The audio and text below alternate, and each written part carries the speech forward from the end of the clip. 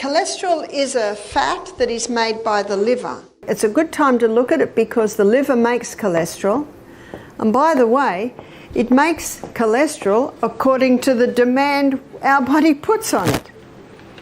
And 80% of the cholesterol that the liver makes is made from glucose. And 20% of the cholesterol that the liver makes is made from fat. Today, I am going to reveal a shocking truth about cholesterol that you won't believe. I've been told for years that cholesterol is the villain, but it actually serves an important role in our health. In this video, I'll look at its critical tasks and practical suggestions for managing it properly. So let's have a look at cholesterol. There are two main types. One is high-density lipoprotein called HDL, high-density lipoprotein, and LDL. HDL is usually called the good guy, and the reason for that is it's the carrier. So it carries excess cholesterol from the blood back into the liver. That's why it's called the good guy. LDL is called the bad guy. But what you've got to remember is the body doesn't make anything bad. It has a role. So what is its role? Its role is that of a repairer and a rebuilder. Trust me, you don't want to miss this. Let's dive right in. Did you know that 70% of people have cholesterol levels that require treatment to maintain good health? It's an excellent moment to evaluate it, because the liver makes cholesterol dependent on the body's requirements. LDL's role is critical since it acts as a repairer and rebuilder, particularly when there is damage. Furthermore, LDL transports cholesterol to the brain, which depends on cholesterol for its functioning. To put this into context, glucose burns 4 calories per gram, whereas fat burns 9 calories per gram. A calorie is a unit of energy. That's what glucose burns at, whereas fat burns at 9 calories per gram. Can you see why the brain loves fat? Because fat is going to give more than twice the units of energy, and our brain cells, they're consuming fuel fast. Let's look at how cholesterol operates in blood arteries. Because of its low density, LDL, low density lipoprotein, is found on the borders of blood vessels, whereas HDL, high density lipoprotein, is found in the center. Dr. Natasha Campbell McBride, who wrote the book Put Your Heart in Your Mouth, she spends the first 4 chapters of her book defining what damages the arterial wall. See, the arterial walls are lined with little endothelium cells, and chemicals damage them. Heavy metals damage them. There's your mercuries. Also, what damages them is mold. And we're exposed to, she defines, the reason why it's 4 chapters, she defines all the different chemicals. She also discusses the different dangerous compounds contained in common products such as toothpaste and food. LDL cholesterol is important in this context because it functions as a healing mechanism, sealing up any damage to the artery walls. It can cause a hole to be made in the arterial wall. Without LDL, I'd bleed into our tissues. However, many people are unaware of the dangers posed by mold, cigarette chemicals, and other dangerous elements in their environment, increasing the problem. The LDL cholesterol, that's its role, that's its job. So it comes along and it plugs up. If it doesn't plug the hole up, we would bleed into the tissues. Can you see that? So they're like the Band-Aid. But the person doesn't realize that the moldy house is killing them. The person doesn't realize the 4,000 chemicals that are in a cigarette. So they keep smoking. They don't realize the danger in their washing detergents, in their toothpaste. So can you see that it's still happening? And they read an article that says, no, mercury does not kill you at all. Well, they haven't read the science. You know, it's a neurotoxin. Furthermore, when a person eats a high carbohydrate diet, excess glucose in the blood interacts with protein molecules, resulting in sticky things. These sticky mixtures can obstruct blood vessels, resulting in heart disease and strokes. Can you see what's happening? Something else is happening. So all through the bloodstream, we've got little molecules of protein. When a person is on a high carbohydrate diet, releasing a lot of glucose into the glucose connects with the protein molecules, and these little combinations become sticky and they stick. And let's say we've got a narrow piece here and they come along and oops, they've caused a blockage. Understanding cholesterol's participation in this process is critical to understanding the whole picture of cardiovascular health. HDL, also known as good cholesterol, functions as a hunter, taking excess cholesterol from the bloodstream back to the liver for processing or elimination. LDL aids in repair, but might lead to plaque development if levels grow too high. This plaque constricts the arteries, limiting blood flow and raising the risk of cardiovascular events. I recall a story from approximately 2 years ago in New Zealand, when a couple in their early 70s attended my seminar. Following a talk on heart disease and the reality about cholesterol, they approached me with concern. The man revealed that his wife's serious cognitive problems had led them to consider placing her in an aged care facility. She'd been taking Lipitor, a cholesterol-lowering medicine, for a decade. They chose to stop using the drug after learning about its potential negative effects, which included memory loss. 3 days after stopping Lipitor, the guy stated that his wife's cognitive function had greatly improved. They are no longer thinking about elderly care, and both are plainly emotional. How many people are in aged care with dementia and Alzheimer's and memory loss, and it's the cholesterol-lowering medication? I believe personally this verges on criminal. This shift in medical norms over the years has resulted in widespread prescribing of cholesterol-lowering medications, frequently without regard for particular patient circumstances or potential side effects.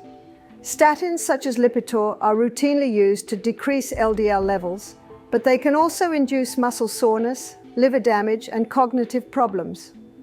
Cholesterol is not fundamentally harmful. It plays important roles in cell membrane formation, hormone production, and digestion. The unfavorable perception of cholesterol has overshadowed these important activities. Instead of relying exclusively on medicine, diet, and lifestyle adjustments, such as cutting back on refined carbs, increasing physical activity, and consuming healthy fats from avocados, nuts, and seafood, can help maintain balanced cholesterol levels and overall heart health. 40 years ago, we were told that a cholesterol level of 300 and under was perfectly normal. Has the body changed? No. So can you see what medicine has done? They've dropped the levels. They now say that if you are over 190, you're a walking, talking heart attack. I have had people say that to me. Education and personalized healthcare techniques are critical to properly treating cardiac disease. A long-term study in Framingham with 30,000 participants was originally aimed to prove that cholesterol causes heart disease. However, studies have shown that some people with low cholesterol levels still have heart attacks, challenging the simplistic concept of cholesterol as the primary cause. I had a lady from England come to our seminar and discuss her story following a recent heart attack. I had a heart attack recently and I had a cholesterol level of 150. She said they did an angiogram, my arteries were clear. What happened there? She was under great stress. You know, great stress can constrict the arteries. There are many factors that come into play, as you probably can see. This case demonstrates that numerous factors, including stress, influence cardiovascular health. Interestingly, the Framingham Heart Study found that patients with high cholesterol do not tend to develop Alzheimer's disease. This could be because the brain thrives on fat, and increased cholesterol levels can improve cognitive performances. Why don't they get Alzheimer's? Because what does the brain love? Fat. So what's a good cholesterol level? Oh, probably 200, 250. So see what's happened? They've got many people on cholesterol-lowering medication. They've got everyone on the fat-free diet, and because you're not getting the feeling of satiation or satisfaction when you eat, the person eats huge amounts of carbs.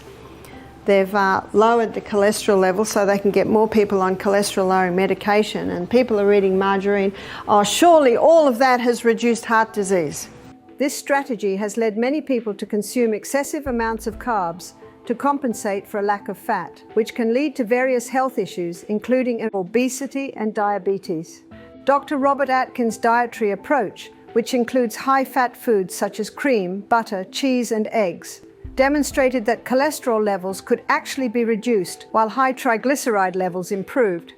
He was thrilled to discover that his patients' cholesterol readings had fallen. He looked through medical journals and identified data from the 1980s that showed that dietary cholesterol had no effect on blood cholesterol levels. Atkins also listed fiber as a vital food, stating that it promotes daily movement in the digestive tract, which is critical for gastrointestinal health. Without fiber, the gastrointestinal system slows down, affecting general bodily function. Atkins emphasized the importance of protein, stating that it is necessary for human bodies. Protein. And we had a Vietnam veteran do our program. He told me that most of his friends were dead, half of them were suicide and half of them were cancer because of the chemicals. I think the Vietnam War was the first war where they used chemical warfare. And his doctor had said to him, "Don't lose weight." Why did the doctor say that? Because the doctor knew that his fat stores were full of fat-soluble toxins. So we gave him protein every juice. Proteins, made up of amino acids, are essential for many body activities. Proteins are broken down into peptides and polypeptides in the gastrointestinal system before being broken down further into amino acids by pancreatic enzymes. This procedure is essential for sustaining normal body processes and general health. Amino acids are necessary for human health since only in this form can they be absorbed from the digestive tract into the bloodstream. At our retreat, I've seen people who have been eating raw foods or fasting for years struggle to heal due to a lack of protein. To remedy this, I ensure that they receive a considerable protein boost. My son James, for example, has built outstanding muscles through natural nutrition and hard bodybuilding. Despite his struggles with weight gain, he consumes protein with each meal to successfully grow and maintain muscle mass. Every single meal has the protein. You cannot build without the protein. Atkins also recognized that fat is a vital component required for our bodies to function properly. Every cell's membrane, including those surrounding the nucleus, ribosomes, and mitochondria, is composed of 50% protein and 50% fat. This equilibrium demonstrates how important fat is for cellular health and function. Women on fat-free diets frequently have dry skin because their bodies lack essential fats. Rather than wasting money on moisturizers, invest in high-quality fats such as olive oil, coconut oil, almonds, and seeds. Furthermore, I prefer to invest in foods like chia seeds and avocados because they not only taste fantastic, but also provide excellent quality. Choosing high-quality, healthy foods benefits the entire body. Your hair will shine, your skin will glow, your eyes will be clear, and your ears will hear well. It is critical to understand that while dietary cholesterol has little effect on blood cholesterol levels, cholesterol is nevertheless required for many biological activities. Dietary cholesterol in the food had little or no effect on blood cholesterol levels. It is essential for the production of hormones, vitamin D, and bile acids, all of which help in fat digestion. The liver produces the majority of the cholesterol in our bodies, with our diet providing only a minor portion. As a result, it is critical to maintain a well-balanced diet with rich and healthy fats and rich in fiber and protein. Consuming natural unprocessed meals promotes good cholesterol and overall health, lowering the risk of heart diseases and other health problems. These nutrients serve as critical building blocks for the body's healing and optimal function. HDL then takes over to eliminate excess cholesterol from the system. This relationship between nutrition and HDL demonstrates how both help to sustain general health. Thank you for tuning in. I hope today's deep dive into cholesterol has inspired you to take control of your health. Please leave your questions or views in the comments section. I'm looking forward to hearing from you. Click the like button, subscribe for more eye-opening health advice, and don't miss our other videos full of methods to enhance your energy. Stay vibrant and see you next time. See you soon.